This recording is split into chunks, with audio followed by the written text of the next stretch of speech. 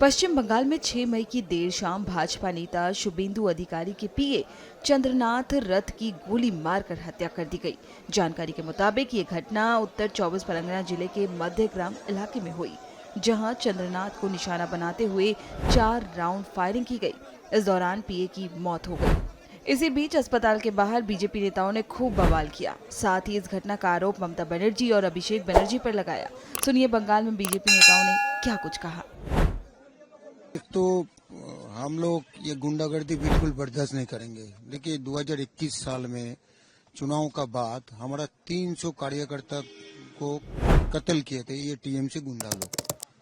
लेकिन हम all India party है, हमारा जो पार्टी का जो हमारा डिसिप्लिन है, हम लोग ये सब बर्दाश्त नहीं करते। हम कार्यकर्ता को निर्देश दे दिया, प्रेसिडेंट ने निर्देश दे दिया, श्रमिक भट्टाचार्य ने, जो आप लोग इस कुछ भी इस जो टीएमसी वाला जो भड़का रहा है उसमें मत जाइए।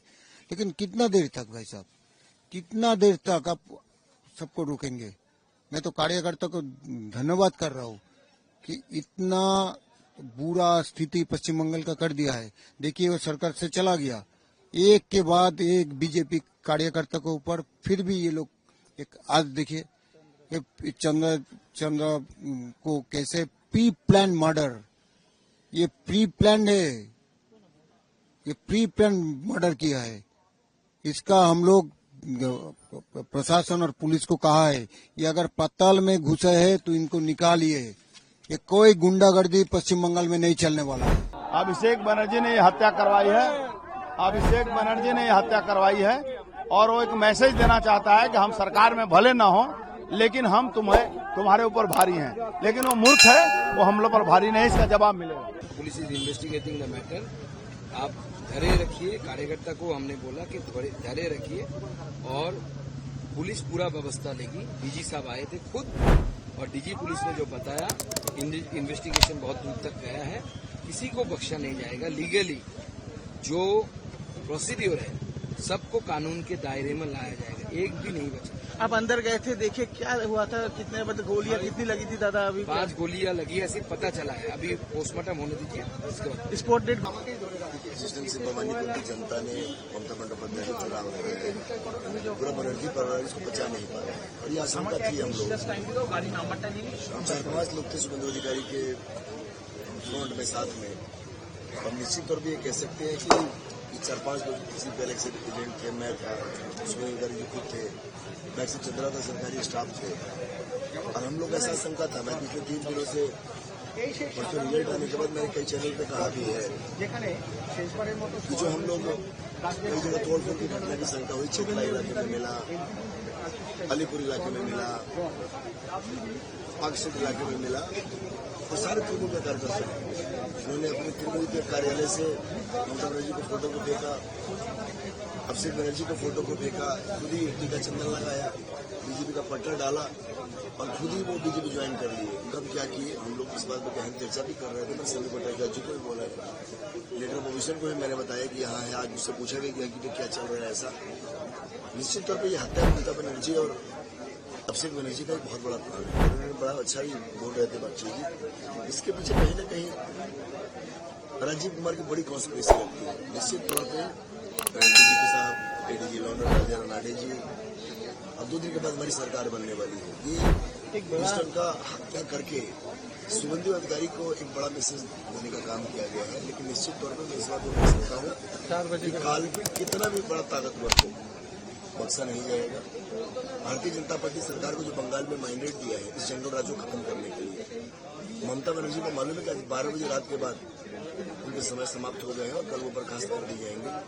9 तारीख को एक नई गवर्नमेंट फॉर्म होगी बंगाल में और जो भी चीफ मिनिस्टर होंगे उनके नेतृत्व में जंगल राज को खत्म करेंगे, तृणमूल खत्म करेंगे। ये जो जिस इलाके में हत्या हुई है इसके ठीक आगे बांग्लादेश का बॉर्डर है। ये बहुत बड़ी कॉन्स्पिरेसी है ये कहीं न कहीं, और ये कालीघाट से पूरी कॉन्स्पिरेसी की गई है। इसमें कुछ बड़े बड़े लोग भी इन्वॉल्व हैं, बड़ी जांच होगी और ये हादसा थमा नहीं है, समझ लें आप।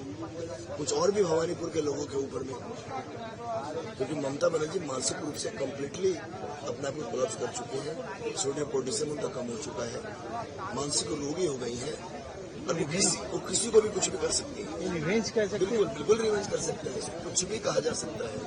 और ये पूरा का पूरा षड्यंत्र से ये हत्या हुई है। अपराधी आप देखेंगे जब जांच पड़ताल होगी, जैसे अभी सोना के डीजीपी साहब और इनको कुछ क्लू मिला है, इसके तार देखिएगा कालीघाट से जुड़ेगा, मटियाबिरी से जुड़ेगा, तपसिया से जुड़ेगा, राजा बाजार से जुड़ेगा, खिदिरपुर से जुड़ेगा। ये निश्चित तौर पे तमाम जांचों में आएगी, क्योंकि ये पूरी प्लान कर रहे थे ये लोग कि कोई ऐसा एक बड़ा हादसा करे। He is a non political person, वो तो पॉलिटिकल पर्सन ही नहीं थे, नहीं कभी स्पीच दिया है, नहीं कुछ हुआ। बिल्कुल नहीं थे, क्योंकि मैं तो पूरी आप साथ में नहीं रहा था 3 महीने आप हम लोग तो ऑफिशियल जो भी काम थे, अगर सुरेंद्र दास हम लोग की बातचीत नहीं हो रही थी तो हम लोग कोई भी चीज बोलते तो सारा का सारा चाहे चुनाव प्रचार का मामला हो, ऑफिशियल कोई वर्ग हो, इलेक्शन कमीशन से रिलेटेड कोई मामला हो, विधानसभा से रिलेटेड कोई मामला हो, सिविल फोर्स का कोई मामला हो, तो सारी चीज को जिम्मेदारी चंद्रदा के पास था। वो नॉन ऑफिशियल नॉन पॉलिटिकल लोग थे, ऑफिशियल लोग थे वो। और इन लोगों को ये मालूम था कि इस हार में कहीं ना कहीं उनकी भी भूमिका बैक साइड से था, तो ये अपनी हार को नहीं बचाने के चक्कर में बलि का मुखड़ा बना के उनकी हत्या किया।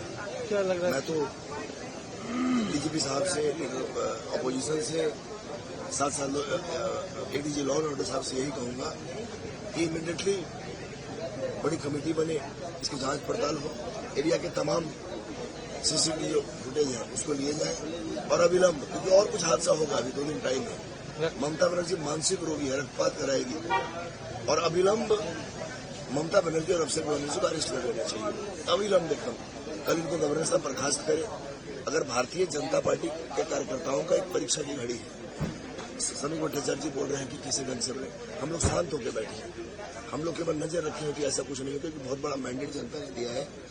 अविलंब ममता बनर्जी को बर्खास्त करे और ममता बनर्जी और अभिषेक बनर्जी को अविलंब अरेस्ट कर लेना चाहिए। जब तक इनको अरेस्ट नहीं करेंगे, ये 2 दिनों में बहुत बड़ी हत्या की राजनीति करवा सकते हैं पूरे बंगाल में।